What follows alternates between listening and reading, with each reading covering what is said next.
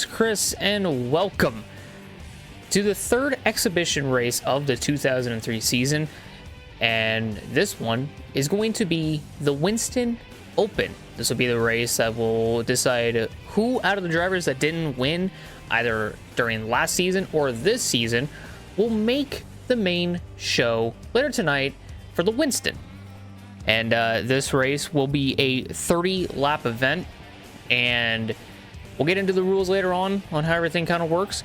But there are a grand total of 27 drivers that are going to be competing for just one spot in the Winston later tonight. It's definitely going to be interesting. It's going to be a lot of fun. And now I think it's the time to go on ahead and show you guys what drivers are going to be competing for that final spot. So let's go on ahead and get the starting lineup for the start of the Winston Open. So we have in row number 1, we have Jason Keller, who is competing in his second, or later this week actually in the Coca-Cola 600 will be competing in his second Winston Cup Series race, still substituting for Jack Sprague. And to his outside will be Jeff Green. Row number 2 is Robbie Gorlow's new team at DEI, and Tony Raines to his outside. Row number 3, you'll find Larry Foyt and John Andretti. Row 4, we'll find Kyle Petty and Ricky Craven. Row 5, Scott Pruitt has made his return since the Daytona 500, and Dave Blaney to his outside. Row 6, it is Casey Mears and Mike Wallace. Row 7 is Kerry Earnhardt with his first appearance since Texas earlier this year, and Jerry Nadeau. Row 8, you'll find Todd Bodine and Steve Park, now with his new team at RCR. Row 9, you will find Buckshot Jones, who's also making his first return since the Daytona 500, and Jerry Mayfield to his outside. Then in row 10, it is Derek Cope and Jimmy Spencer. Row 11 today, you'll find Christian Fittipaldi and Ken Schrader. Row 12 today is Mike Skinner and Brett Bodine. Row 13, Kirk Shelmerdine and Kenny Wallace. And row 14, another driver making his first appearance since the Daytona 500 is Hermie Sadler. Those 3 drivers are going to try to make more races later this season, and possibly try to make it into the Coca-Cola 600. That'll be happening next Saturday. That should be really, really interesting to see how that all kind of goes. But let's go ahead and go through the Winston Open rules. There will be a total of 30 laps, and there will be 2 segments. Segment 1 will be the first 20 laps, and the top 14 will advance out of segment 1. And any driver that has failed to finish inside the top 14 will unfortunately be eliminated, and they won't be able to compete in the second segment, which will consist of 10 laps. And the winner will advance to the Winston, and they also earn $47,200 as a prize. So this one will definitely be one to witness, and one to definitely keep an eye out on for the Winston later tonight. As also, a lot of these drivers, they have the talent. They got the capabilities of making it into the Winston. It's just today they got to really put it on display and really show it too, because you never know what you can get here at Charlotte Motor Speedway, or Lowe's Motor Speedway, as a matter of fact. But this race is all going to be about making the Winston, making the main show, and who else better to lead us to the green flag than the driver that competed in his first race back in Richmond, and also competed in his first exhibition race here today at Lowe's in Jack Sprague, in Jason Keller. We did have an update on Jack Sprague. You guys can go see the little post that was made about him. He is doing good. We wish him the best. But it's now time to send it up to Mike Joy, Larry Mack, and DW to lead us to the green flag for the start of the Winston Open. They got the signs everywhere, don't they, boys? Yes, they do. DW, reach a pair. It's time. Hold those bags tight. Nice. It's time. One of my favorite times. Here they come, and they're going to go boogity, boogity, boogity. And yep.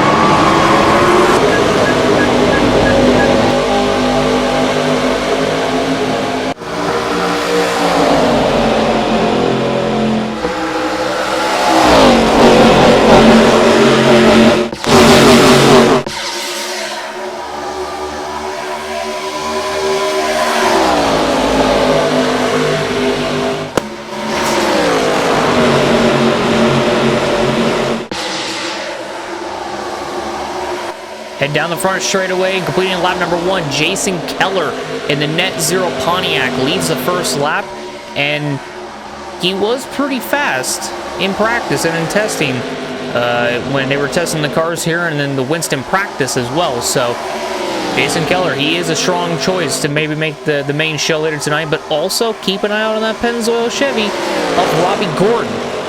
Coming out of Richmond, Robbie Gordon and Steve Park ended up trading cars, or swapping rides rather, but it didn't quite end up like that, as first it was Steve Park that was let go from DEI. Then it was Robbie Gordon who was released from RCR. And about a couple days later, after wondering where both drivers would end up, well, we found out that they both essentially took each other's ride, where Robbie Gordon ended up in the number 1 Pennzoil Chevy, and further back in the pack in the number 31 Singular Wireless Chevy. That ride is now Steve Park's. As speaking of Robbie Gordon, he's got a little bit of a battle going on for second between himself and Larry Foyt in the 14.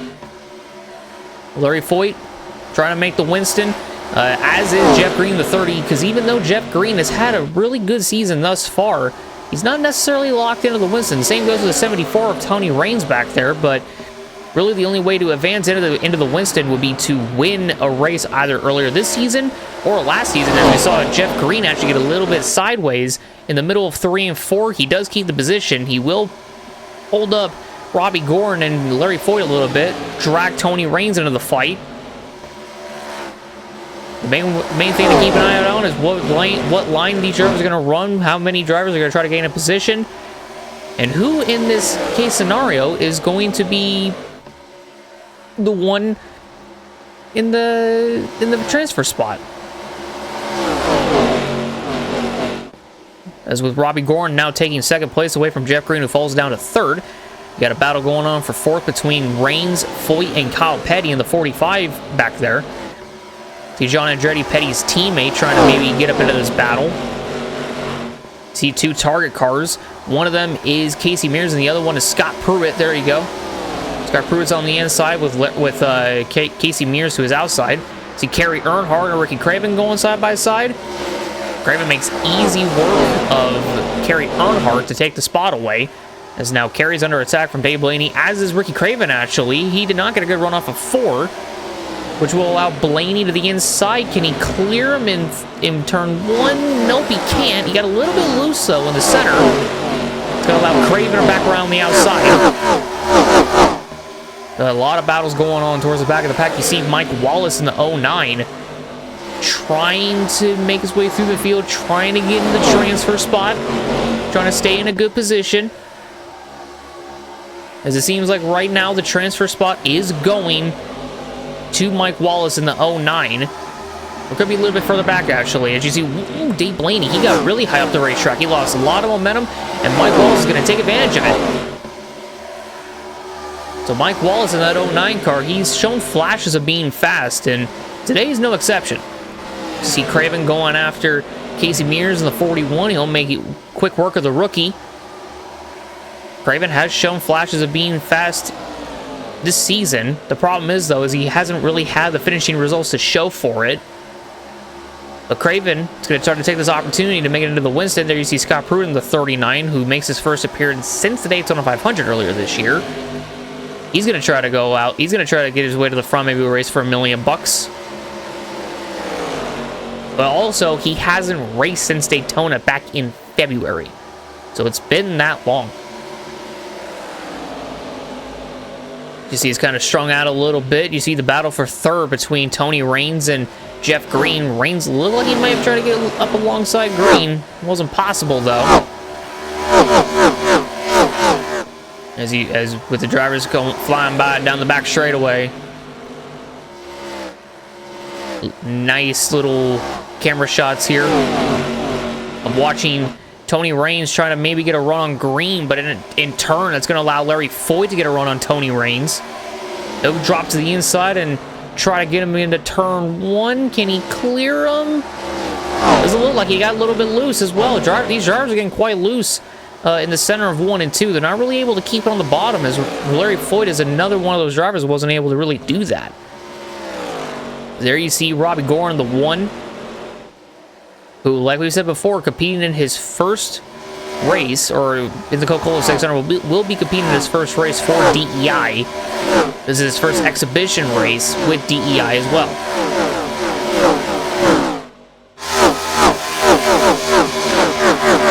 Nice little flyby of the drivers going through. We're going ahead and here soon with Jason Keller leading the way. We're going ahead and do a little bit of a NASCAR on Fox or NASCAR iRacing style crank it up here at the Lowe's Motor Speedway.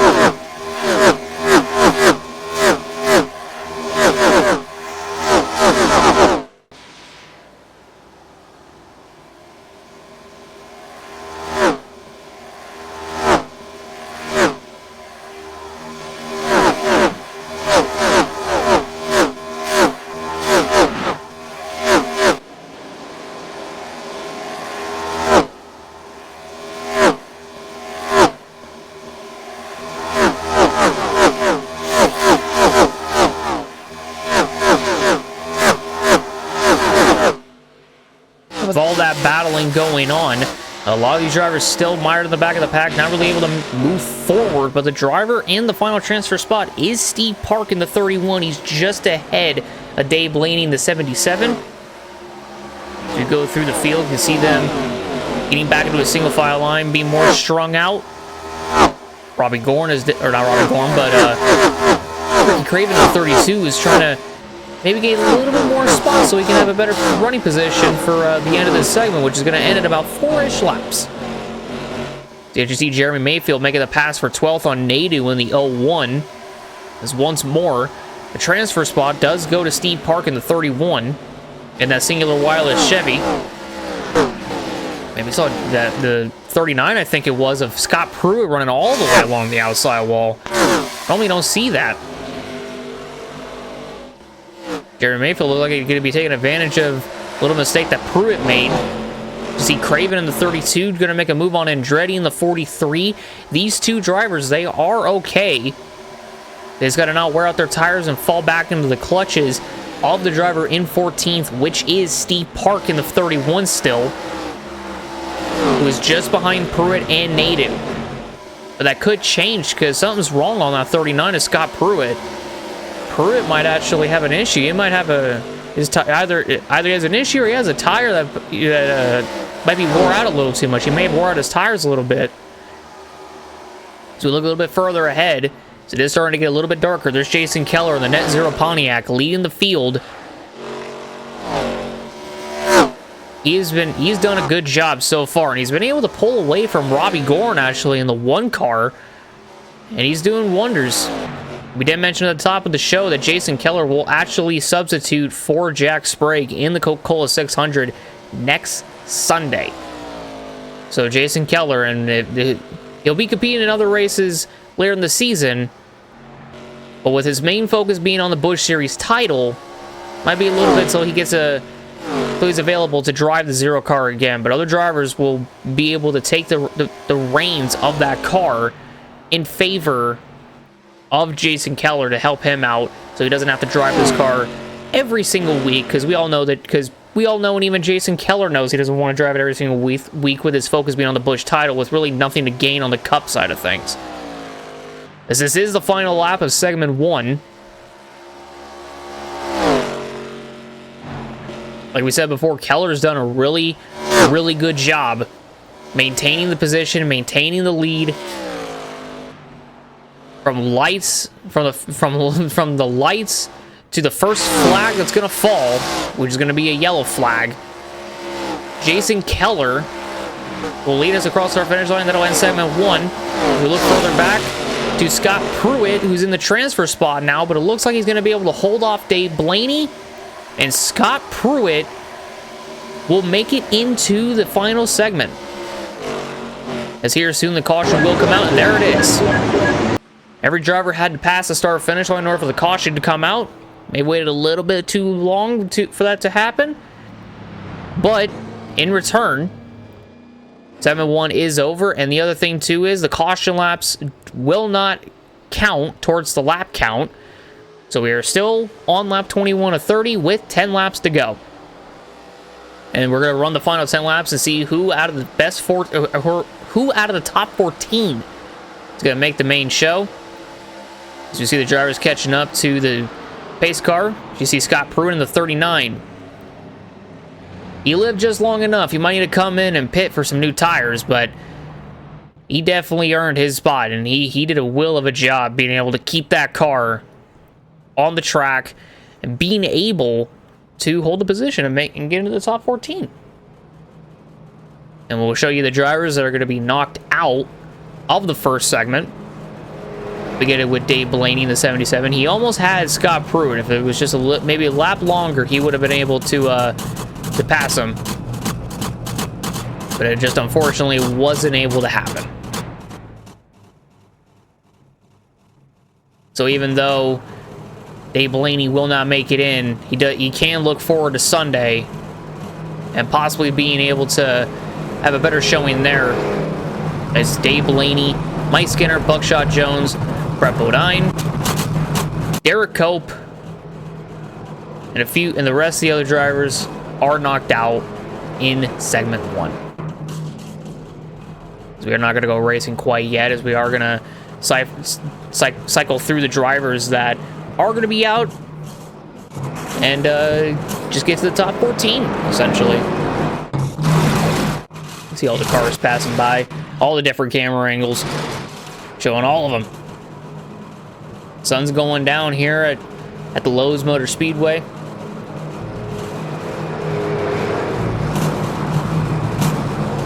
And with the sun going down, the track's going to get slicker. As what in the world is Scott Pruitt doing? Wait, what in the... Wait a minute. Is Scott... Wait, what's Scott doing? Scott just went around the safety car, or the pace car, and is he coming down pit road? Does he think he's out? Wait, Scott Pruitt thinks he's out. Wait, he's coming to pit road. He ain't getting tires, I don't think.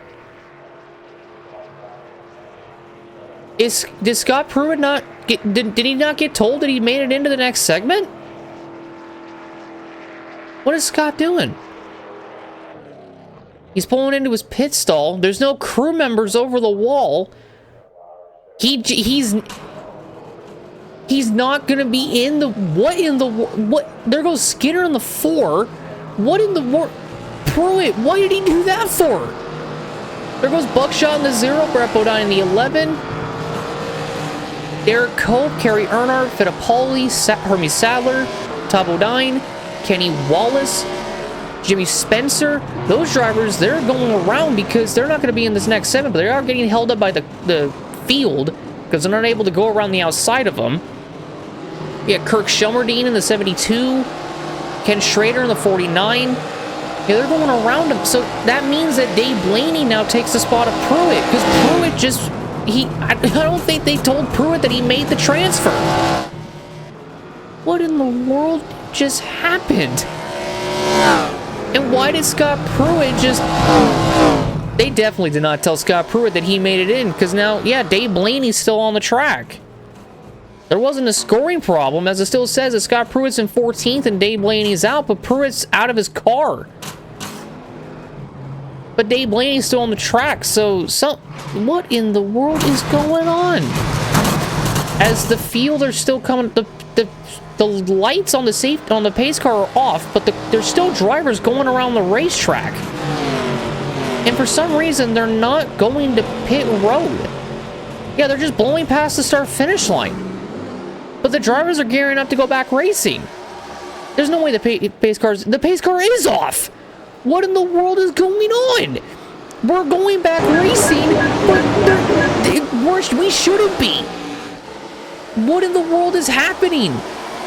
As we look further back, and oh my lord! What in the world? Jake just got put in the wall. He got put in the wall by Spencer in the 7. Are you kidding me? We gotta throw a yellow for this. This is absolutely unacceptable. Why are they still out there? There's still drivers that shouldn't be in here that are still out here, like Schrader in the 49. What is going on? What they're racing now? Shelmerdine peels off. What in the world is going on? They got to throw a yellow. This is a joke, in all honesty, with this. They gotta throw a yellow. There it is. There's a caution. Oh my God. What an absolute shambles this was. What in the world was that? That has now taken Jeff Green essentially out of contention to possibly make the Winston. Now they're going down pit road. Spencer, Kerry Earnhardt, Fittipaldi, Hermie Sadler. What the? Shelmerdine? Like, they just stayed out. They weren't in the second segment and they stayed out. There needs to be a better officiating with that. What in the world was that? That is unbelievable. And it's a good thing the caution came out, because that would have ruined more drivers' races if they stayed out any longer. Look at the damage on Jeff Green's car. What the hell is going on? Well, now essentially Jeff Green is out of contention with all that damage. He could come down and restart at the tail end of the longest line, but with all that damage, that might take him out of it permanently. I have no idea why we went back racing when Tower knew that we were not ready to go back to racing conditions. We were not ready at all. There needed to be an extra lap extended on there, probably an extra 2, because that's how long they stayed out for. An extra 2 laps. But now it seems like all the drivers are taken care of. We have our top 14. But dear God, what in the world? So, with that utter disaster that was the start of what should have been the second segment, but really shouldn't have been the start of the second segment, Jason Keller is still the leader with Robbie Gorin in second. It doesn't look like a whole lot of positions changed. Jeff Green maintains third, but with the damage, and he hasn't come down pit lane, he's probably going to keep it. Larry Foyt, Kyle Petty, Ricky Craven, Tony Raines, I believe, is behind Craven in the 32. Get a quick look at the camera. There he is. So there you see Tony Raines, got Andretti in the 43, Casey Mears, Jeremy Mayfield, Mike Wallace. Got a few more cars to mention, like Jerry Nadeau, Steve Park, and Dave Blaney. So yeah, it doesn't look like a whole lot of positions changed, which is good in the grand scheme of things, but still though, what in the world were we thinking going back racing when we were in no condition to go back racing under that circumstance? What in the world are we doing? Got so many things wrong in that one shot, but now we're gonna have 7 laps to settle it, rather 8 laps to settle it. When they come back to the green flag, it'll be 7 laps to go with Jason Keller leading the field, and they should be going side by side, but they're gonna be restarting single file. That was another thing that unfortunately wasn't able to get fixed in time, at least. So even though they're not gonna go double file, it will be single file. It's going to be interesting to see how Jeff Green will be on the restart here, but it's also going to be interesting to see because Robbie Gorin actually got a really good jump on the last restart to be up close to Jason Keller in the 0. So this is going to get interesting for the final 6 laps of this race, final 7 laps of this race. Jason Keller has led every single lap from lights to now. He's looking to do a lights to flag. Starting on the pole, leading every lap, and win the race. Kind of like how fellow rookie Zachary Smithley did back at Martinsville a few races ago. Where he won the pole, was pretty much the fastest man all week, and ended up winning the race too. I mean, he lapped the entire field to go along with it. And I don't think Jason Keller could do it within 7 laps as they come back to the green flag.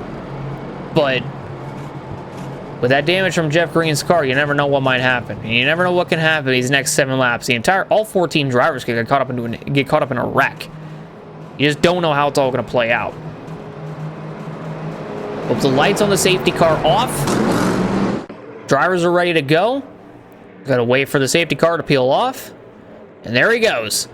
Now it is time to finally settle who's going to compete in the Winston later tonight. Keller got a really good launch off of Robbie Gorn in the 1. He's able to pull away. He's able to get further out ahead than he was last time around. Jeff Green, the 30, he is super, super slow down in the corners and even down the back straightaway. He might be coming to pit lane to see further back all the way to Dave Blaney in the 77. As now it looks like, yep, Jeff Green back there peeled off the track. He's going to be heading down pit road. That is his night over, and he's not going to make the Winston at all, which is a huge shame for him. But up at the front, Robbie Gorn, he's gained on Keller in the 0. This is the closest Robbie Gorn has been to Jason Keller since pretty much the start of the race, but also Robbie Gorn doesn't have anybody around him to really fight. His nearest competition would have been Jeff Green, but he's essentially out of contention. We have 5 to go in the open. Keller's essentially mirror driving Robbie Gorn in the 1. He forced Robbie Gorn to go up the track a little bit and have cost him some time. But keep an eye out on Larry Foyt and Ricky Craven back behind these two. They could get near him. They could get a run. They could get super, super close to him. This ain't it. This ain't it. This ain't over. 4 laps to settle it. See further back past Craven, starting with Kyle Petty. A lot of these drivers not looking good for them. They want to make anything happen now. They better do it. You see Craven getting a little bit of air to the nose on Larry Foyt, trying to cool the engine down. Looks like he did a pretty good job at that. But him and Larry Foyt, they've closed the gap on the 2 ahead of Robbie Gorn and Keller. We got 3 to go. Anything can happen. Jason Keller is driving the race of his life right now. The opportunity to compete for $1 million is right in front of Keller. He just needs to complete 2.5 more laps, 2.25 lap to make it into the Winston. But he's got Robbie Gorn in the 1 behind him. As we head to 2 laps to go. Foyt and Craven have closed in on Robbie Gorn and Jason Keller even more. Keller just can't mess up these corners. But he's also got to make sure that Gorn doesn't get a run. He messed up actually coming off of turn 2. Here comes Robbie Gorn to the inside. He's going to try to grab the lead side by side with Keller in 3 and 4. Keller's going to hang it around the outside. Is it going to be enough? As they head to the white flag in the open. Final lap. Keller trying to get the lead back from Robbie Gorn, but Gorn gets a nice entry into the corner, but he slides a little bit. Here comes Foyt. Foyt and Ricky Craven have joined the battle. Keller just needs a nice entry into the corner. He gets wiggly. He gets a little too wiggly. Oh, he gets really loose, and that's going to open the door for Gordon. Out of turn 3 down the first straightaway. Here comes Craven at the line. Gorn wins it. Hoo-hoo. Robbie Gorn just barely held on to win the Winston Open. Woo. And that'll mean that Robbie Gorn is in the main show.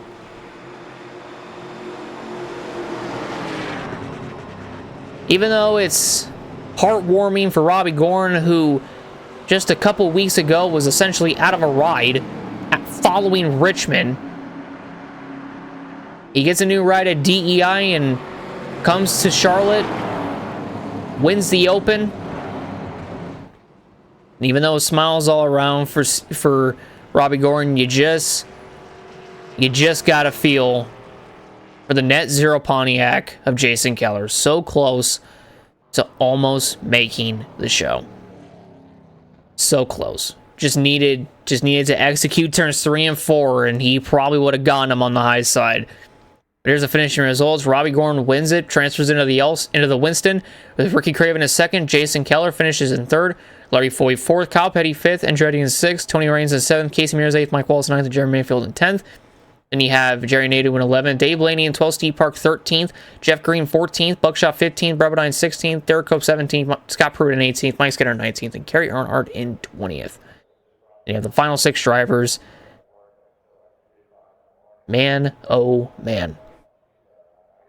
What a race. And what an all-star. Just what an all-star race. Or what a Winston Open, rather. We haven't even gotten to the all-star, which is the Winston. And that's going to be coming up next, but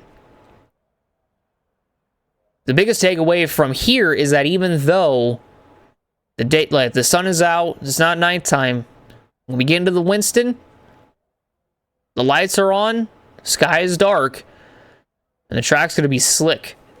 It's going to have a lot of grip, but it's going to be slick as well. And there's going to be a lot of different changes from the Open to the Winston. And there's going to be a lot of things the driver's going to have to do to try to maybe conserve their tires to the best of their ability to make it through all the segments. But we're just going to have to wait and see, which we're not going to have to wait till long. So let's go on ahead and get to the main event and the show that we've all been waiting for, the Winston. But before we get into the Winston, we have a very special message from the United States Army's General Lieutenant Buck Bedard. He's here to give us the command for the start of the Winston tonight. And now, please welcome Lieutenant General Buck Bedard from the United States Marine Corps for a very special announcement. Well, greetings to all race fans. I'm tremendously honored to be here tonight as the honorary starter of this great Winston Cup All-Star NASCAR race. I would ask, as I wave the green flag tonight, that we also honor all the All-Stars, and that's every member of our armed forces that's serving throughout the world today.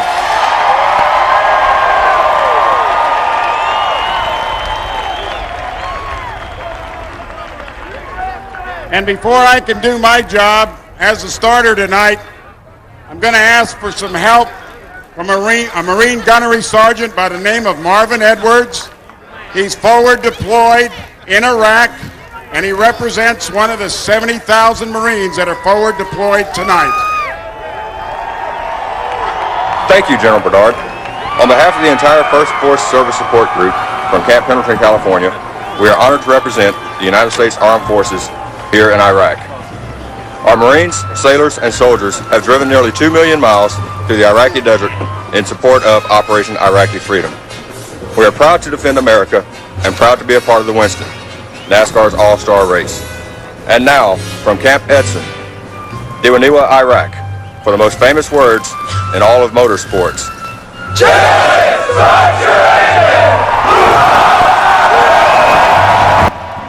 And after a beautiful, beautiful starting sequence that we just witnessed from the United States Army, it is now time to go through the starting lineup here in the Winston. So in row number 1, we have Bobby Labonte, who is on pole for tonight's race, and to his outside is Jimmy Johnson, who last year won both segments but lost out on the win. Row number 2 will be rookie Jamie McMurray and Ryan Newman, who is the defending winner of the Winston. Row number 3 is Zachary Smithley and Dale Jarrett. Row number 4 is Matt Kenseth and Johnny Benson. Row 5 is Kevin Harvick and the number 40 Coors Light Dodge of Sterling Marlin. Row 6 today is Jeff Gordon and Bill Elliott. Row 7 today is Tony Stewart and Ricky Rudd. Row 8, Elliott Sadler and Terry Labonte. Row 9 will consist of Dale Earnhardt Jr. and Greg Biffle. Row 10 is Mark Martin and Michael Waltrip. Row 11 today will be Kurt Busch and Rusty Wallace. Row 12, it is Warburton and Jeff Burton, the Burton brothers. And round of the field at row 13 is Joe Nemechek and the Winston Open winner, Robbie Gordon, in the DEI number 1. And then we have the rules for tonight's race. In segment 1, it'll consist of 40 laps, and only the top 20 will advance on into segment 2. And to add on to it, there'll be a mandatory 4-tire pit stop. And if a certain driver, or if any driver does not take the mandatory 4-tire pit stop in this first segment, they will be eliminated no matter where they finish. They can finish in the top 20 without pitting, and if they do, they're out of the All-Star. They can't compete for the million. Which, speaking of which, in segment 2, it'll be 30 laps, and the top 14 will advance. So it's about the same as the Winston, but instead of the top 14 advancing into segment 2 and the winner winning it all. Instead, it is the top 14 advancing, and then in this we'll have a third segment which consists of 20 laps, and that will be the top 14 drivers that will compete for $1 million at the end of the day, or night rather. So there's not really a whole lot more to really go off of for today, minus the mandatory 4-tire pit stop that a lot of these drivers are going to have to pay attention to. There is a new rule that was put in place because Jeff Burton and his crew chief Frank Stoddard last year pitted on the last lap, and their pit box was actually before the start-finish line. The new rule now is you have to make your pit stop before the final lap of the segment. You have to do that. And if you don't do it, well, you're eliminated that way because you didn't necessarily make your pit stop during the segment. So they added that new rule in, and we're going to see if anybody's really going to take the risk, which even Jeff Burton and Frank Stoddard, his crew chief, are probably not going to take that, I'm just saying. But you never know. You never know with certain drivers. You never know what they might do. You never really know what will happen here at the Lowe's Motor Speedway. And you never really know how everything's going to kind of shape up today because, well, one of the fastest cars last year, Jimmy Johnson, is starting on the front row, and Ryan Newman, who won last year's Winston, is actually starting one row behind him, but also directly behind him. So this is going to be interesting to see which of those two drivers are going to be the quickest. In all honesty, both are probably going to be the cars to beat tonight, because even though Bob Labonte ended up winning the pole for this race, he still got two faster guys around him. And in all honesty, from what we saw in Winston practice, it might be the 48 and the 12. It just might be. We're going to have to wait and see, though. But I'll tell you all this right now. After months of preparation, or after months of planning and weeks of preparation, the Winston is here, and we are about to go racing for $1 million. It'll be the full 90 laps tonight, which is the reason why Segment 1, Segment 2, and Segment 3 are 40 laps, 30 laps, and 20 laps. And this one is going to be the show for the ages.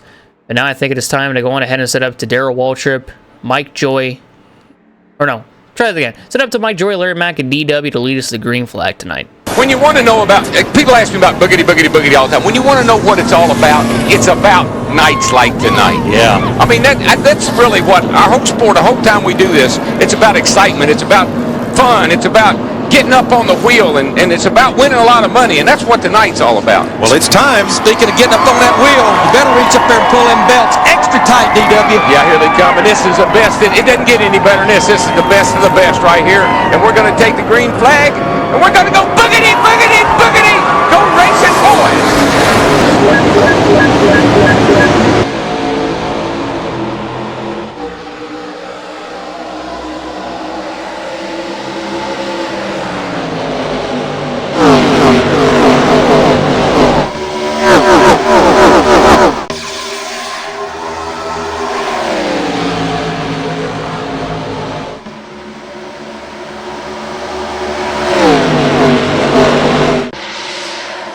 Turn 4 and down the front straightaway, Bobby Labonte with an amazing launch off the start will lead lap number 1 here in the Winston. Got one lap down and we got 89 remaining. And tonight is going to be interesting to see, because this is also going to give us a good indication for Coca-Cola 600 is going to take place next Saturday. We look a little bit further back in the pack to the transfer spot, the driver that's inside the top 20 right now, or who holds the final transfer spot in 20th, which at the moment, from the looks of it, looks like Michael Waldrop in the 15 looks to be holding the position.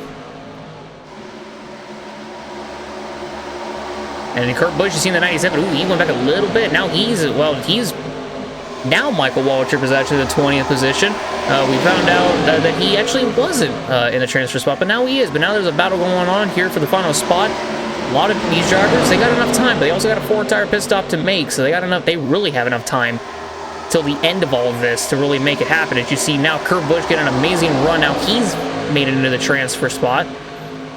We have a long ways to go in the first segment. There's going to be a little while until we find out who the top 20 are going to be to make it into segment 2. See the battle between Earnhardt Jr. and Tony Stewart in the 20, with Ricky Rudd and Terry Labonte behind. A little bit further ahead, Zachary making a pass on Jimmy McMurray in the 42. He's up to P4. You see Johnson in the 48. He's actually behind Ryan Newman in the 12. The cars didn't fire off as well as we initially had thought, because we thought they were going to catch Labonte pretty quick, and Labonte's pulling away, but Johnson's going to go right around the outside of Ryan Newman, and he's going to grab the second position, and Zachary's going to follow him on the outside. He will unfortunately won't be able to complete the pass, but a nice little cut back down to the inside. That inside line is going to be your best friend of saving tires, and Zachary knows that quite well. As you see the battle going on for fifth place, excuse me, between Dale Jarrett and Jamie McMurray. Looks like Jarrett will win that battle. Have a nice little flyby. Listen to the cars.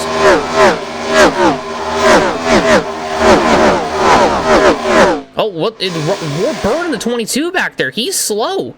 What in the world happened to Ward? The flyby was going on, and Ward Burn was slow, but also Joe Nemechek in the 25's got some damage. Getting reports that something happened between the two on the front straightaway. We didn't quite see that. You see Ward Burton coasting to pit road. Johnson's caught Labonte. He isn't going to make the pass off of turn number 2, however, but he will get a nice run down the back straightaway to get somewhat side by side with him. These drivers, they are redlining before they even hit turns 3 and 4, which is going to be a little bit alarming for them later on in this race. But Labonte will hold station in the lead for the time being, but Johnson, he's hungry after coming so close last year, that 48. He's going to go right to the outside. He rolled that bottom pretty well, but he figured out Labonte's weakness in the center of 1 and 2. And he took advantage of it, and he's got the lead. Now as they enter 3, will Labonte try to come back at him? And it looks like he might. He's going to try the middle line. They'll go right to the outside. They're side by side down the front straightaway again. There's a battle for third going on between Zachary and Ryan Newman behind 2. Labonte regains the lead as we look back to Newman and Zach. These two drivers, they're not competing for points tonight, but next Saturday for the Coca-Cola 600, they will be. Those two drivers are first and second of the points. You see Ward Burton coming off of pit road in the 22 Caterpillar Dodge. Zachary has the third position over Ryan Newman, but next Saturday, those two drivers will be the main people to look out for, as we do actually have a replay of actually what happened to Ward Burton and what caused the incident. You see that out in front straightaway? Oh man, Joe Nemechek just didn't even care that Ward Burton was to his outside. He definitely bent something in that car, because Ward immediately knew that something was wrong in that Dodge. And that's what ended up bringing him down pit road, and it costing him a lap as well. And now you see the battle going on between Terry Labonte and Mark Martin for the final transfer spot. Back out front, Johnson still trailing Labonte, still trying to maybe get a... It was almost Joe Nemechek and Ward Burn all over again, but this time between Johnson and Labonte. Whew, that was a little scary. Johnson's going to have a nice run down the back straightaway. He's going to take it to the inside. He's behind. Newman's going to run on Zach. He's going to take it to the outside. Johnson dives it into the corner, and he makes it stick, and he's got the lead off of Bobby Labonte in the 18. Now Jimmy Johnson's back out front. That is not good for these drivers behind. They know how bad fast Johnson is. It looks like Ryan Newman's recognizing it. He's going to try the outside of Zachary. Zachary gives him all the room in the world. And a nice little side-by-side battle between these two drivers. Both drivers have won 2 races so far this season. But this is the one race where they're going to be competing for $1 million. But even though they're still technically competing against one another for a little bit of grand supremacy, they do realize that they don't want to tear up their cars too well, and they just want to get a good feeling for the Coca-Cola 600, but also knowing that these are the kind of battles we're going to have throughout the field. As Zachary is able to hold it on the inside of Ryan Newman, and he's going to keep third. Or Burton actually back there with Matt Kenseth. He's actually been hampering Kenseth for a little bit. Kenseth looks like he's got him clear for a little bit now. You see Rudd on Benson. Multiple battles going on. Kurt Busch on Sadler. Waltrip on Tony. There's a transfer spot with Terry Labonte in the 5 still in the transfer. Got to watch out for the 2 of Rusty Wallace, because he could take advantage of this. But also, these drivers ahead, they can pass them. And they just might. As we've seen, as we look further back, Robbie Gordon and looks like Joe Nemechek have actually fallen off the back of Jeff Burton in the 99.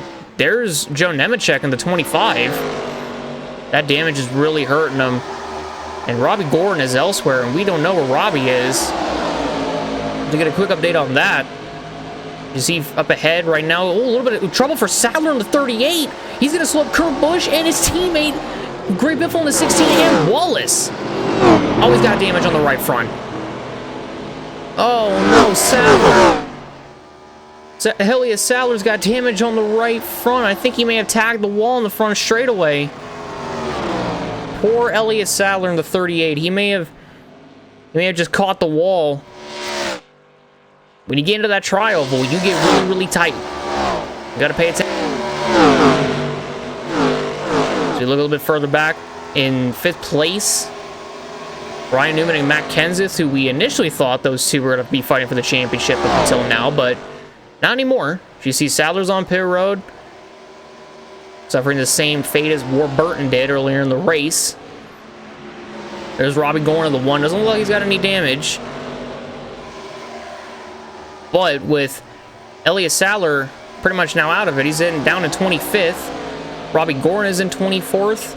Nemechek's 22nd. Rusty Wallace is 21st. And you see Gray Biffle and Kurt Busch are actually battling it out for 19. So currently, Kurt Busch holds the final transfer in the 97. To look a bit further back, Robbie Gordon, the Winston Open winner, going at it on Nemechek. A little bit further ahead to Biffle and Kurt's other teammates, Mark Martin and Jeff Burton. They're up ahead. They're fighting Terry Labonte in the 5, which it looks like they're going to be able to get around him nice and easy.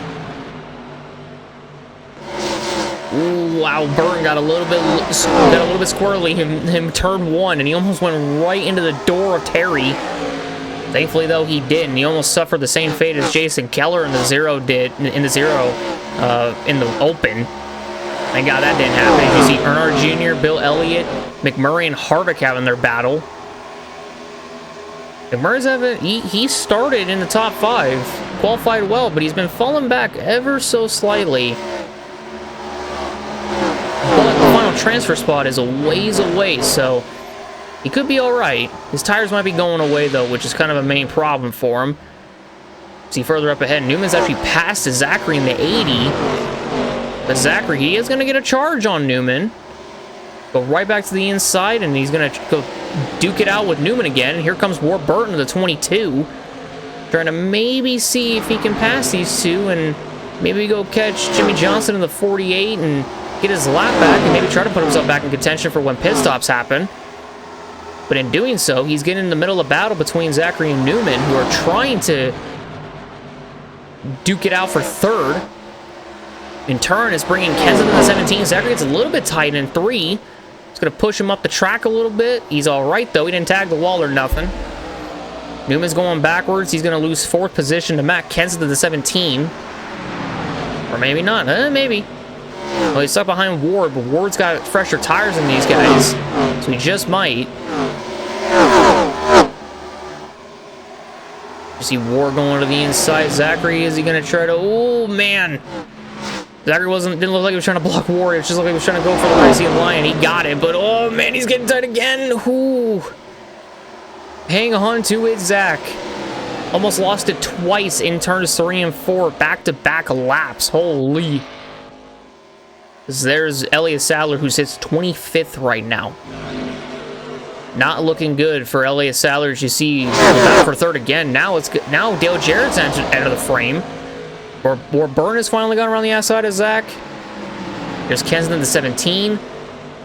Oh, Zach gets tight again in 3. He almost gets into the 17 again. Holy cow. Woo!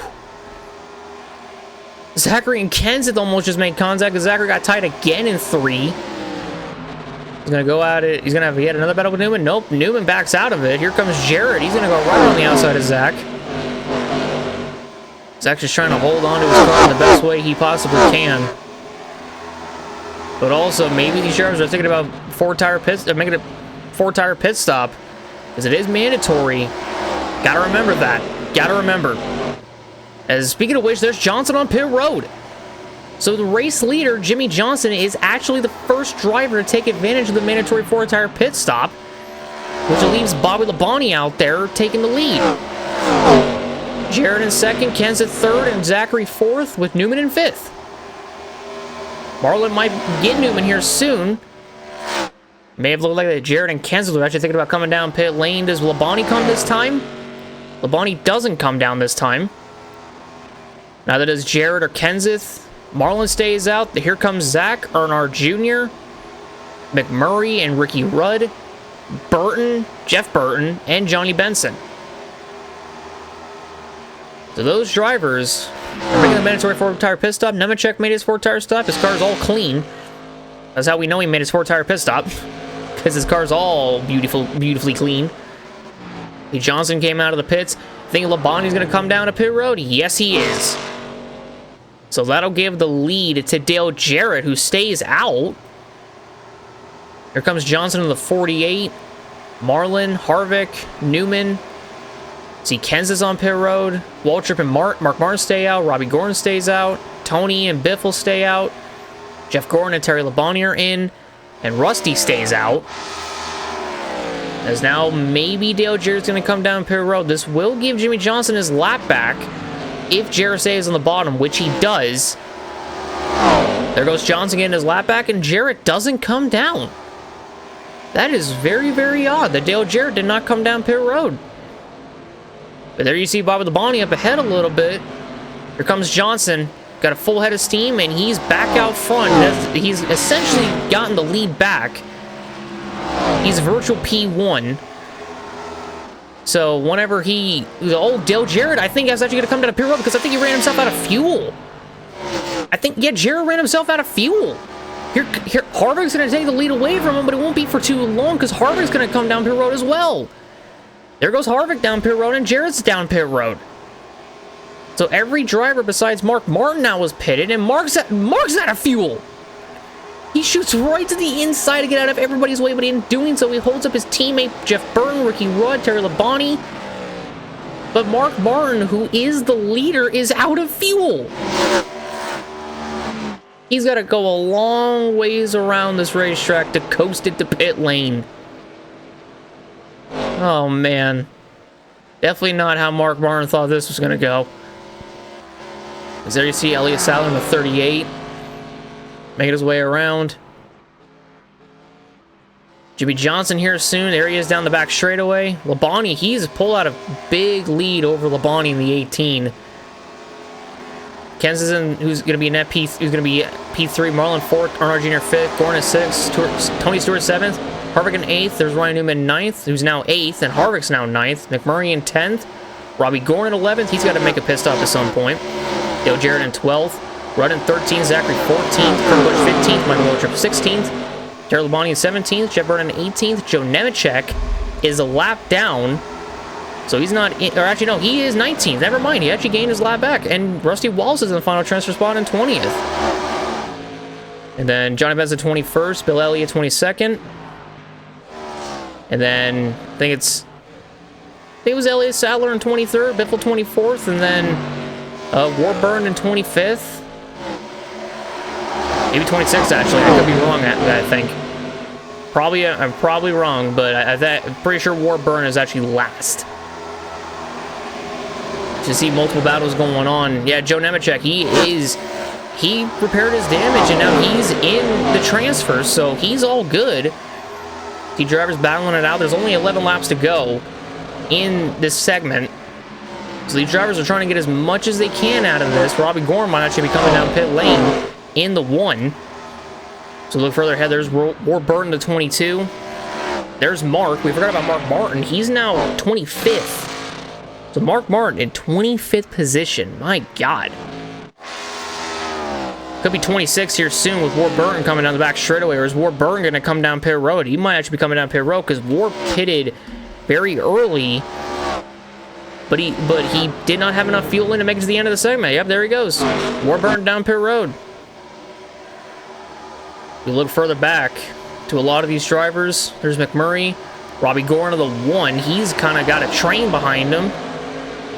with Dale Jarrett in the 88, Rudd in the 21, and all the way back to Jeff Byrne and Johnny Benson. There's Bill Elliott. He's off. Just look at this gaggle of cars. Holy moly. Zachary goes to the right to the inside of Robbie Gordon. Robbie might actually want to make it a pit stop as Zachary actually has a little bit of damage on the left front. Don't quite know where that came from, but he's got some damage on the left front. Doesn't look like it's affecting him too much. He'll buff that out on the next pit stop. Which might be taking place under green. Oh my god, Ryan Newman! What happened to Newman? What in the world has happened to the defending Winston winner Newman? He's off the pace! And he's got damage on the right side of his car. What happened to Newman? Ryan Newman, the 2002 Winston winner, is probably out of it. And I think we have a replay of what we do have a replay, actually. Here it is. What happened to Newman? He's on the outside of Tony.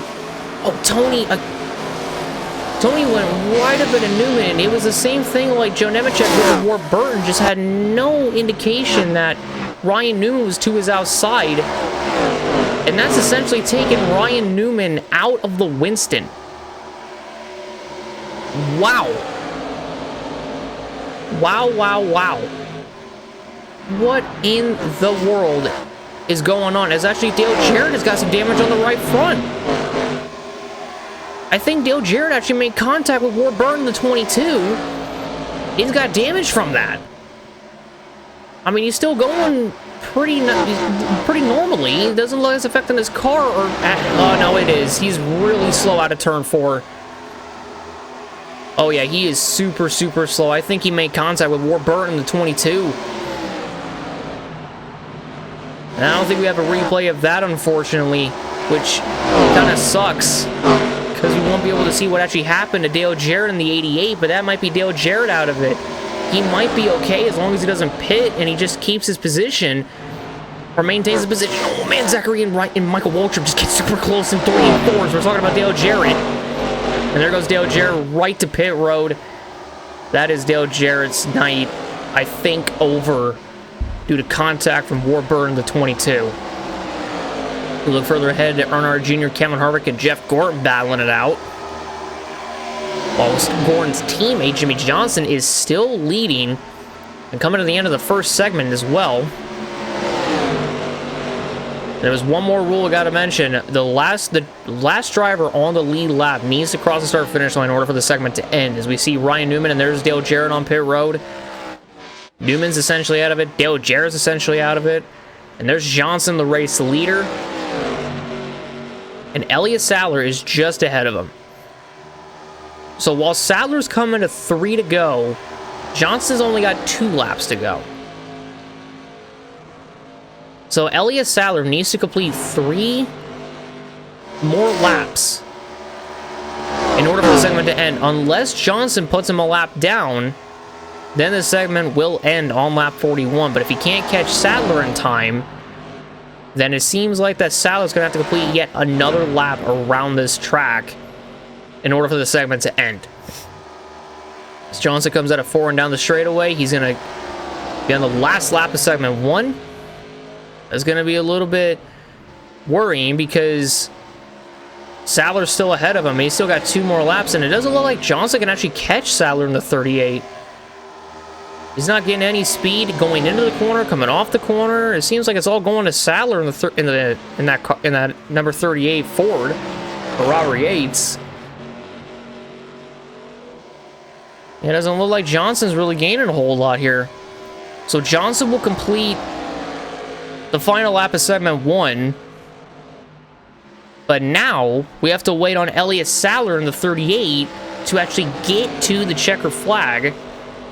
Or not get to the checker flag, but rather just get across the start-finish line so he can complete the final lap and end the segment.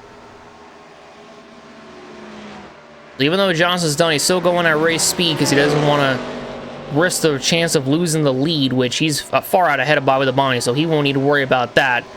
As we come down the straightaway, Elliott Sadler, he does complete his lap. He completed his lap, and there's the caution. Caution is out. Not for any crash, but to end segment number 1. And the ironic thing is Johnson put Elliott Sadler a lap down when the segment was over. Oh boy. Yeah, this is going to be an interesting list of drivers that is going to be eliminated tonight. There's a couple big names in this as well that none of us expected to be on this list, but have the unfortunate circumstance of actually being on it. As actually, I don't think Johnson actually lapped Elliott Sadler before the caution came out, because Sadler just went around Tony, or went right back around Jimmy. There's a pace car, picks up Johnson, with Labonte second, Matt Kenseth third. Mark Martin is a lap down, as is Ryan Newman behind. And then you have Marlin in third, Earnhardt Jr. fourth, or no, Marlin fourth, Earnhardt Jr. fifth, Harvick sixth, Jeff Gordon seventh. And then we'll figure out the top 3 here soon, but here are the 6 drivers out in segment 1.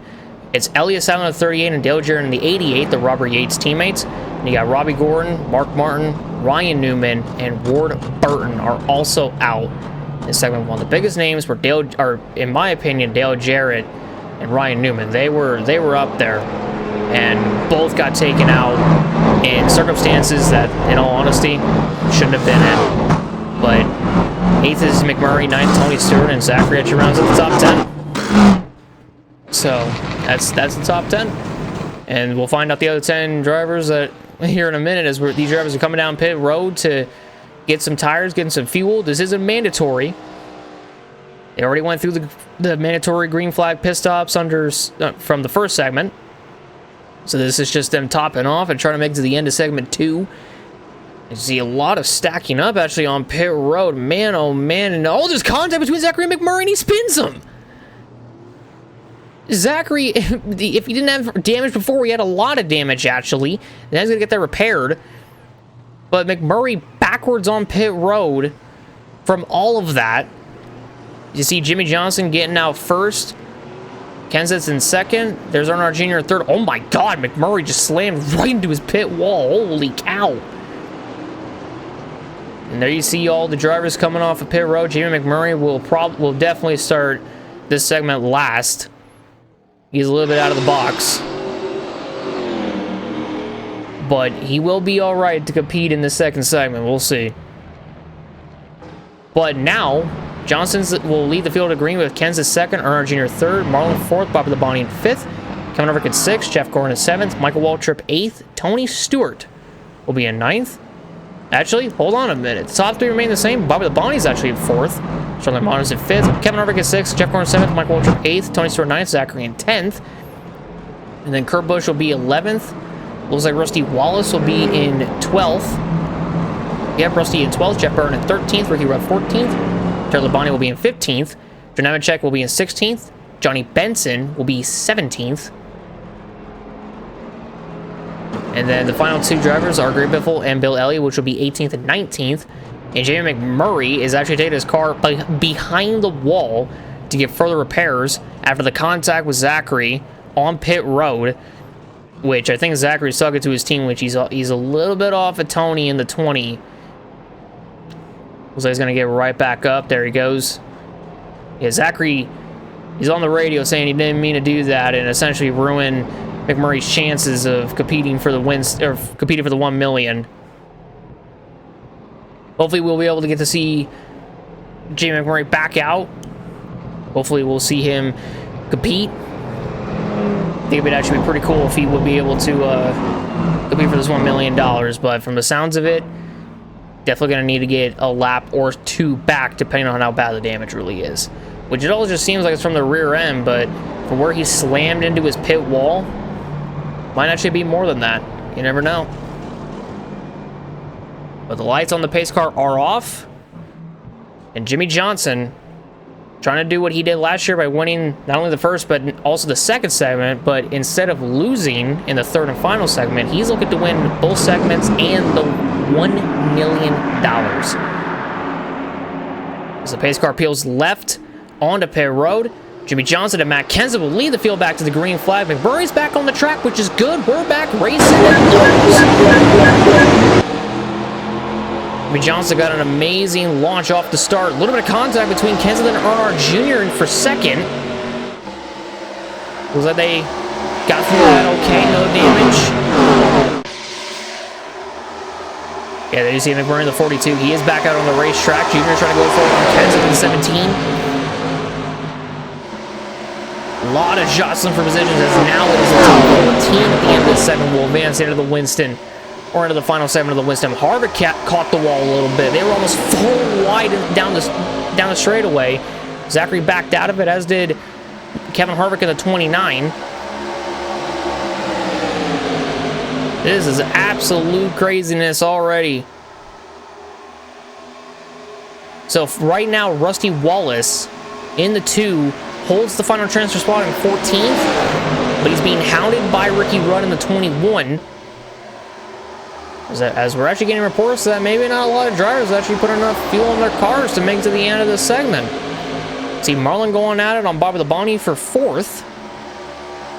And Jimmy Johnson, just like he did when he passed Bobby Labonte in segment 1, he is pulling away from the field. Dale Jr.'s actually doing damage on the right front. What in the world? Yeah, there you see McMurray in the 42. He has been able to catch back up. He does have his lap back, which is pretty cool. So he is going at it on Gray Biffle in the 16.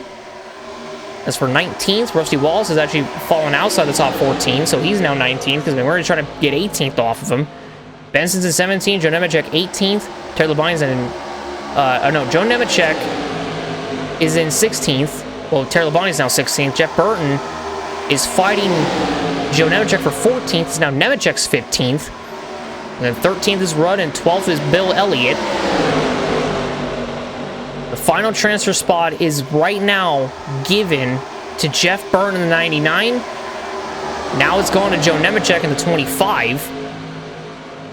Here soon, it might be Ricky Rudd in the 21. It actually might be Ricky Rudd in the 21. It is, and then Terry Labonte's going to take advantage of it.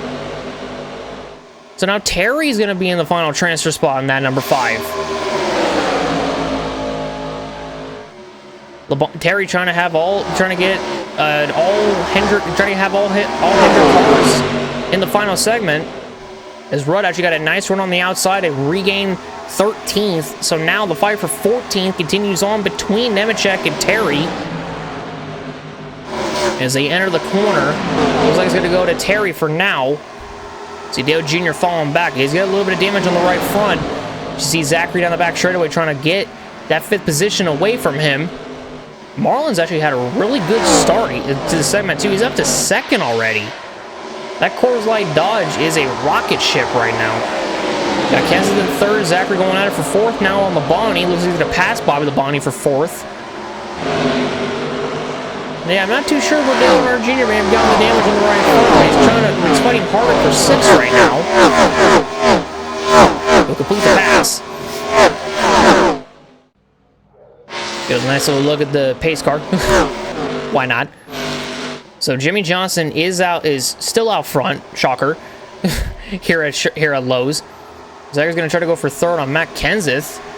He kind of clips the grass a little bit, but he's all right. He's okay. A little bit of grass on the tires, but that never hurt nobody. And Zach's going to clear Kenseth off of turn 2. He's going to block Kenseth nicely down the back straightaway. Doesn't overdo it. And going into the corner, he actually tries to get to the bottom. He misses it a little bit, but he gets a nice run to keep the third spot. But Labonte got an even better run off of turn 3, or turn 4, excuse me. Is actually, we have a replay. What happened to Junior? So here's the replay. Oh, it's from the contact that him and Kenseth made earlier. That's how he got the right front damage. Okay, that actually makes a lot of sense. Okay. I did not think that Dale Jr. would have gotten it from that, but he did. Seems like Kenseth's car is okay. Junior's kind of falling back a little bit. His fender's kind of dented in, but he's all right. Zachary's now up to 2nd as he passed Marlin in 3 and 4. Feeding Marlin to the wolves of Bobby Labonte, Kevin Harvick, and Matt Kenseth. Labonte got him as Marlin really checked up in 1 and 2 in the entry of 1 and 2. So kind of just gave the spot to Labonte. Because now Harvick's going to try to go at him. See Tony going at it on Dale Jr. further back. Gordon and Bill Elliott going at it. Right now, Terry Labonte holds the final transfer spot in 14th. As Biffle and Johnny Benson are actually going at it for 15th. 17th is McMurray. 18th is Nemechek. 19th is Jeff Burton. And Rusty Wallace is 20th. There you see Greg Biffle and Johnny Benson going at it. Meanwhile, Terry Labonte is able to drive away from those two. I think if certain drivers don't have enough fuel to make it to the end of the second segment, there might actually be some problems for them. As you see Michael Waltrip going at it on Dale Earnhardt Jr. Yeah, it seems like that right front fender damage is actually affecting Dale Jr. a lot more than he thought. There's not as many battles going on throughout the field as Harvick clears Labonte for third. Zachary's actually kind of running down Jimmy Johnson in the 48, but Johnson's able to run a certain line that Zachary hasn't ran all night long. But also the grip levels are changing, so that could be another reason. So even though there's no pit stops really indicated for this segment, if drivers didn't fill up their cars enough, they might need to come back down and make another pit stop and maybe fill up their car a little bit just to get it to the end of the segment. As this next lap is going to be 12 laps to go until the end of segment 2. And when we finish this segment, it'll set up segment 3 perfectly. Zachary, I think, has started losing a little bit of grip because Kevin Harvick is actually closing the gap on Zachary a little bit in that GM Goodwin Chevy. See a little bit further back, Bobby Labonte, Marlin, Kenseth, and Kurt Busch are actually a little bit closer. Bobby trying to get away from them a little bit. Earnhardt Jr. actually repassed his teammate Michael Waltrip in the 15. Terry Labonte still holds that final transfer spot. Biffle and Benson are still going at it for 15th, which is still allowing Terry to not go away, but run away with the final transfer spot. Because with only 11 laps to go, there's still enough time and still a lot more chaos to unfold and ensue towards the end of this segment. As you see back there, Jimmy McMurray going at it on Joe Nemechek. And speaking of chaos, Bobby Labonte is slow. Bobby Labonte was running in 4th. What happened to Labonte?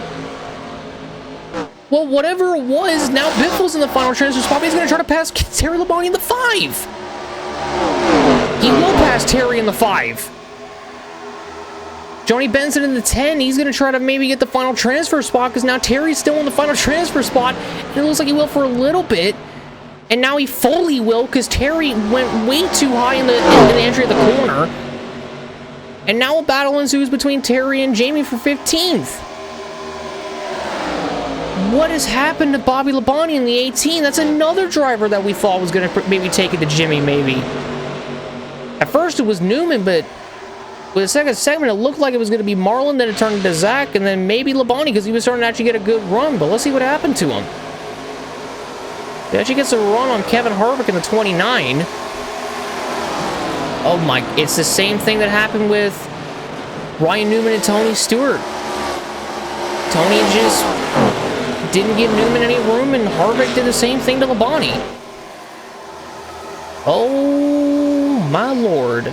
There are going to be some tempers flaring, I think, at the end of tonight, because this is getting a little bit crazy. As you see, Kurt Busch is actually getting a nice run on Harvick. That contact he may have made with Bobby Labonte might actually be affecting the rear tire for Harvick. Kurt's going to take advantage of it because all of his tires are fine. Going to go right to the inside. He's going to grab the spot. And Zachary's not that far ahead, so Kurt's actually going to carry the momentum off of 3, or excuse me, off of 4, and down the straightaway. Ooh, Zachary kind of chopped off Kurt Busch a little bit. Zachary didn't mean to do that, I don't think. See, Kurt's going to go right around the outside of Zachary. He's going to take second spot. Harvick in the 29 is going to follow. So Zachary is going backwards, but 14th is a ways behind. See, Zachary just goes right to the inside. Not really defending Harvick, but just making sure that he doesn't give him the bottom, since he hasn't ran any other line so far tonight. He's pretty much telling Harvick, hey, if you want to pass me on the outside. It looks like Harvick might just do that. He's got to get a nice run in the center of the corner. It looks like he might have gotten an okay run. Actually, it doesn't look like it. So Harvick will stay behind Zach, but it'll go right to the bottom. But Zachary, he is making sure that Harvick passes him on the outside. He does not want to give up the bottom. Oh, he's getting super tight. Oh! Zachary, once again, for I think the 4th time tonight, has gotten tight in the center of 3 and 4. Now that's opened the door for Kenseth to get a nice run and pass him on the outside as they enter 1. And look at the difference in the grip between Zachary and Kenseth. Kenseth was able to carry more momentum in the center of 1 and 2 than Zachary was able to. So Zachary has lost 2nd, 3rd, and 4th. So you look further back now to the battle ensuing between now Jeff Burton and Johnny Benson for the final spot. And look at Terry. Look at right through, right past Jamie McMurray, and right to the outside of Rusty Wallace in the 2. Terry Labonte is really wanting to make this final transfer. He's wanting to get into the final shootout for the million. He's only got Johnny Benson in front of him, and then he's got to tackle Jeff Burton. His Burton's teammate Kenseth's also slow. Matt Kenseth, who was another driver who was fast and probably could have taken it to Jimmy Johnson, he's now out of it. As there's only 3 laps left in segment 2. Oh my lord, so many drivers that are so fast and that could take it to Jimmy are out of it. What in the world is going on? As right now, I don't think we're going to be able to see a replay of what happened to Kenseth in the 17, because Johnson right now, he's coming to the final 2 laps of segment 2. And with that, it has put Johnny Benson in the 10 in the final transfer, as we just saw Kevin Harvick now down pit road. So now the final transfer goes to Rusty in the 2. What in the world is going on? Harvick was one of the drivers that I don't think put enough fuel in his car. Bill Elliott in the 9, he actually lied back quite a bit in segment 1. He's showing up in segment 2. Taking advantage of all the carnage and all the chaos, as everyone else around him has no idea how to comprehend it, as we are in the final lap of segment 3. Rusty's hitting pit road. Biffle's hitting pit road. Earnhardt Jr., Tony Stewart, Jamie McMurray are hitting pit road. There was another driver that was hitting pit road. We can't quite tell who that was.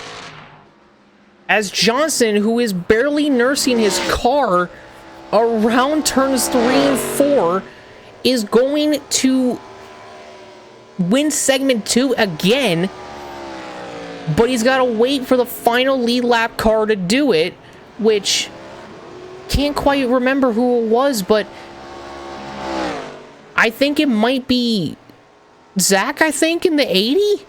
I'm not 100% sure, but whenever that final car passes the start finish line, that'll be pretty much the end of segment 2. As we heard who that was, and there's the caution. Holy moly, what in the world? That was only 30 laps, and that was just as crazy as the first segment. A lot of cars even hit pit road after the segment, holy cow. But I think they ended up getting saved because of the yellow.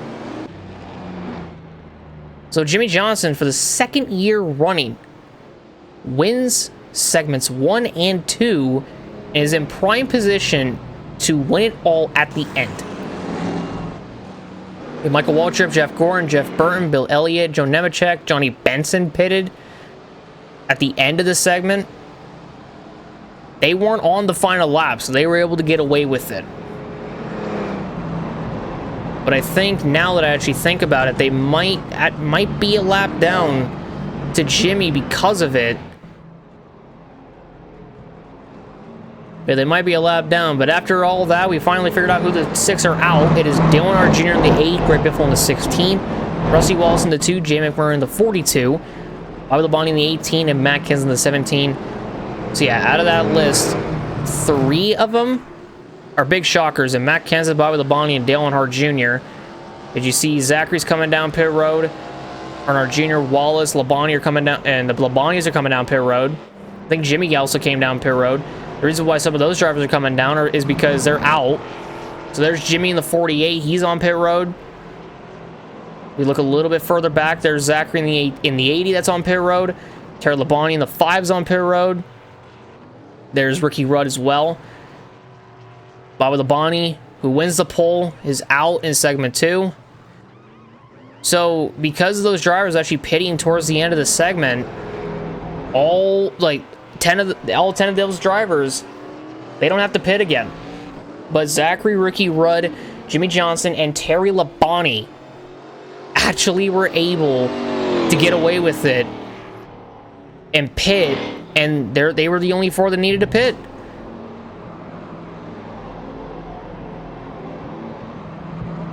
And for anybody wondering, that rule of you have to pit before the final lap, for those drivers, it doesn't come into effect because they were pitting with 2 to go. As we actually found out what happened to Kensington in the 17. Oh my God, Harvick put another car in the wall. Earlier was Labonte in the 18.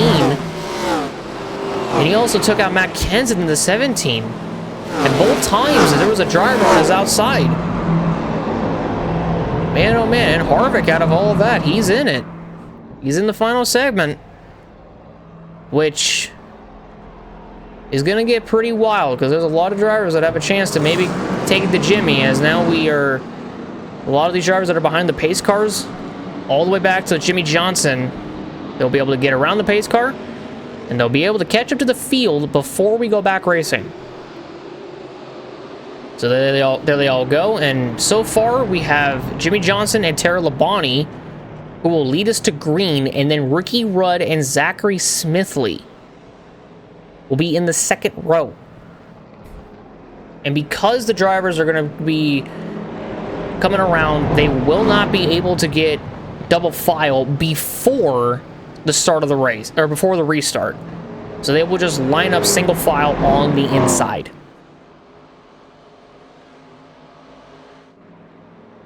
This is going to be wild, as instead of going back racing with 20 laps to go, we're going to go back racing with 16 laps to go in the Winston. Out of these 4 drivers, are really any of them going to be the ones to win it all? And I think, in all honesty, we might know who's going to win it. It might be Jimmy Johnson in the 48, but any of these drivers behind could win it as well. And any of the drivers behind him in the other 2 rows, or in the other row, and Ricky Rudd and Zachary, or his teammate Terry Labonte could win it. Who knows? But the pace car peels off, and let's see who's going to win $1 million tonight. Green flag is back in the air. Segment 3's underway. As once more, Jimmy Johnson with an amazing launch. Whoa, Michael Waltrip in the 15 almost put Zachary in the wall. Don't think Zachary would have taken too kindly to his Napa teammate. Michael Waltrip put him in the wall. It's got another view of the pace car, which is actually pretty nice. But Johnson, he wasn't able to get so far out off the rip as he did in the previous 2 stages, or previous 2 segments. So there you see Ricky Rudd, he's actually staying really, really close to Jimmy. He might actually be able to take it to Johnson. See the battle for third between Zachary and Michael Waltrip in the 15. Zachary may have tried to maybe peek a nose in there and it just didn't work. I think Rudd also slipped in 1 and 2. It's going to allow Johnson to run away with it. Zachary is also the only rookie to be in the final segment. As all off at turn 3. Look at Zach to the inside, making it 3 wide for second. Oh man, Zachary clips the grass again. Rudd came out of that in second, and Zachary grabs third, while Waltrip's going to go back to 5th. What a move by Zach. He gained a spot, but I think he wanted to gain both. So he's going to try to go after Ricky Rudd for second place. Can he clear him coming off of turn 4? Yes, he can. Now can Zach run down Jimmy Johnson in the 48? Gotta remember, Zachary's owner, or the team that Zachary runs, the team that Zachary runs for, the owner, Jeff Gordon, he also hired Jimmy Johnson to the 48, so these two drivers that Jeff Gordon had an eye for and that believed could get their car or bring a team to the top, which Johnson has done for the Lowe Chevy and Zachary is currently doing so far this season in that number 80 Napa Chevrolet. Those two are going to duke it out for the win, as we saw Harvick kind of go backwards a little bit because he almost caught the wall in 1 and 2, but he gets a nice run. He's going to take it to Terry in the 5. A lot of these drivers, if they want to make something happen, they got to make it happen. You just see Rudd keeping 3rd ahead of Waltrip, who just passed Burton for 4th. Bill Elliott, he's 6th right now. What a run for Bill. He kind of just laid back in segments 1 and 2 and made it through in both segments. So now the final 11 laps, it's on between Zachary and Jimmy Johnson. Johnson's the leader and Zachary is 2nd. Can the chaser catch the leader as we're now heading into the final 10 laps of this race? There you see the gap between Zachary and Johnson. Does Zachary have enough time? Johnson looks like he's pulling out a little bit more time on Zachary, though, but also Zachary's still running the low line. He is savoring his tires, so maybe Zachary is trying to try to savor his tires a little bit towards the end so he can push. But Johnson's been the man to beat tonight. Zachary's going to lose in a little bit of time as we come to 9 to go. And even though it's a little bit of time he's lost, it's not an externatable amount of time. There you see Zach coming off at 2, and Johnson's hit the middle of the back straightaway. So Zachary's about half a straightaway away from Johnson in the 48. Oh man, Zachary got a little bit tight in 3 and 4 once again. Holy cow, he almost caught the wall. That's going to allow Johnson to kind of pull away a little bit with 8 to go. Zachary in the 80 car, he ain't giving up as Jeff Byrne is actually now taking 3rd place away from Rudd, as Rudd is actually fighting Bill Elliott in the 9 as well. I think Zach might be able to close in on Johnson. It might be possible. Zach might be able to do it. But Zach's just got to keep running the line. He's actually closed the gap on Johnson a little bit with 7 to go now. See, now Zach is within one singular camera shot of Jimmy Johnson. Oh yeah, Zach's closing in on Johnson. He might be able to get to him. He's closing that gap down ever so slightly. But the other thing, too, is that Zachary and Johnson are actually running identical lap times, almost. Zachary is a little bit quicker than Johnson, and Johnson's actually getting slower. But Zach is getting faster. Zach is creeping on in. You play the Jaws music, and Zachary might be able to actually creep on in. To hear Johnson just redlining before entering 3 and 4. We'll see how close they're going to be. Man, Zach is close. He's closed in. He is closing in, coming to 5 to go. This is the closest that anybody has been to Jimmy since the restarts. Zach might have to start running a different line if he wants the opportunity to catch Johnson. Because Zach's main problem is he's not getting runs down off of these corners because it's all going to Jimmy. Jimmy's getting the runs, and Zachary's just kind of biding his time, trying to savor his tires, and in doing so, he actually lost some time to Johnson, coming off at off of 4 that time. He's still within range. He is still keeping Johnson within proximity. But can Zach close that gap as he got it to under a second to Johnson? Zach might not have enough time. Zach's got to start running a different line if he wants the opportunity to catch Johnson. He might need to run the middle to high line to get to Jimmy. Yeah, look at that. He might be back. Johnson might be getting away a little bit, but it ain't by much. So we only got 3 to go. Man, Zach's trying to pull off what Ryan Newman did last year. He just might come up a little bit short as Johnson is now pulling away from Zachary. Unless Zach can find something in the next 2.5 laps, but I don't know if he can.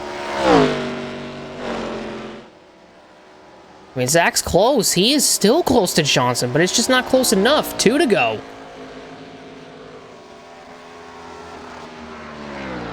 The other thing, too, is Johnson's not making mistakes. The only mistake that Zachary has made was getting tight in 3 and 4 a few laps ago. It's really the only mistake that Zachary has made in this pursuit of Johnson. Johnson hasn't made a single mistake. And in doing so, it's actually paying off for him. As he head down the straightaway, and the white flag is out one more time here at Charlotte. As now the gap has actually increased between Johnson and Zachary. Jimmy Johnson last year, he won both segments and lost to Ryan Newman in the 12th. This year, he's going to win both segments, and he's going to get some redemption from a season prior, because off turn number 4, Jimmy Johnson is the Winston survival of the fastest.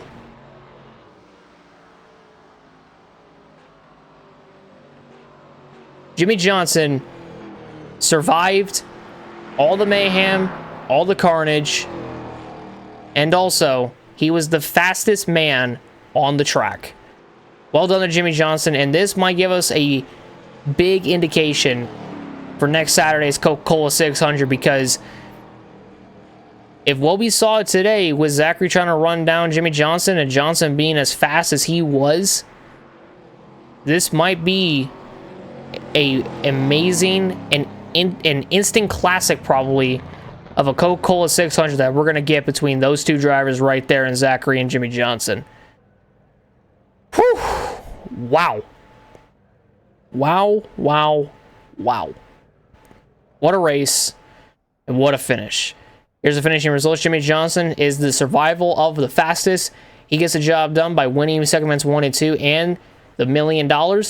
Zachary comes second with Bill Elliott in third, Kevin Harvick in fourth, Michael Waltrip fifth, Ricky Rudd sixth, Jeff Byrne in seventh, Jeff Gordon eighth, Tony Stewart ninth, and Kurt Busch rounds out the top 10. Then you got Johnny Benson in 11th, Sterling Marlin in 12th, Terry Labonte in 13th, Joe Nemechek 14th, Dale Earnhardt Jr. 15th, Gary Biffle 16th, Rusty Wallace in 17th, Jay McMurray in 18th, Bobby Labonte in 19th, and Matt Kenseth in 20th. Just wasn't tonight. Tonight just wasn't the night for Earnhardt Jr., Labonte, and Kenseth, especially what happened to them towards the end of the second segment. And the same goes for Jarrett and Newman at the end of the first segment, which also Elliott Sadler's 21st, Dale Jarrett 22nd, Robbie Gordon in 23rd, Mark Martin 24th, Ryan Newman 25th, and Ward Byrne in 26th. Even though Robbie Gordon won the Winston, he wasn't able to get out of segment 1, which is unfortunate for him. But there's always a Coca-Cola 600 next Saturday to look forward to. And I think a lot of these drivers that didn't have a good Winston are going to be looking forward to the Coca-Cola 600, which will be taking place next Saturday. And it's going to be a fun one, because just judging off of this race, depending on if it goes caution-free all race long, it might just be it might be an instant classic. I'm just saying, if it goes green all the way with the fuel load that we got in these cars, and if we have maybe the same amount of cautions, but for accidents and not for the end of segments, it might get wild. It just might get wild. So that is going to be the main thing that we're gonna have to pay attention to when we go to the Coca-Cola 600 next week. But thank you all so much for watching this video. If you guys did enjoy it, leave a like, subscribe, and hit that notification bell below for some more. This was the most prepared and the most frustrating, I guess you could say, race and play-by-play to do. But we got it done. We got the exhibition all good to go. And thankfully, this is the last exhibition race that we're going to have to do for this season. Does it suck? Yes, but at the same time, we're better off. We're just better off doing, without it, or without another one. But thank you guys all so much. I'll see you on the next one. Have a great day, everyone. I love y'all, and goodbye.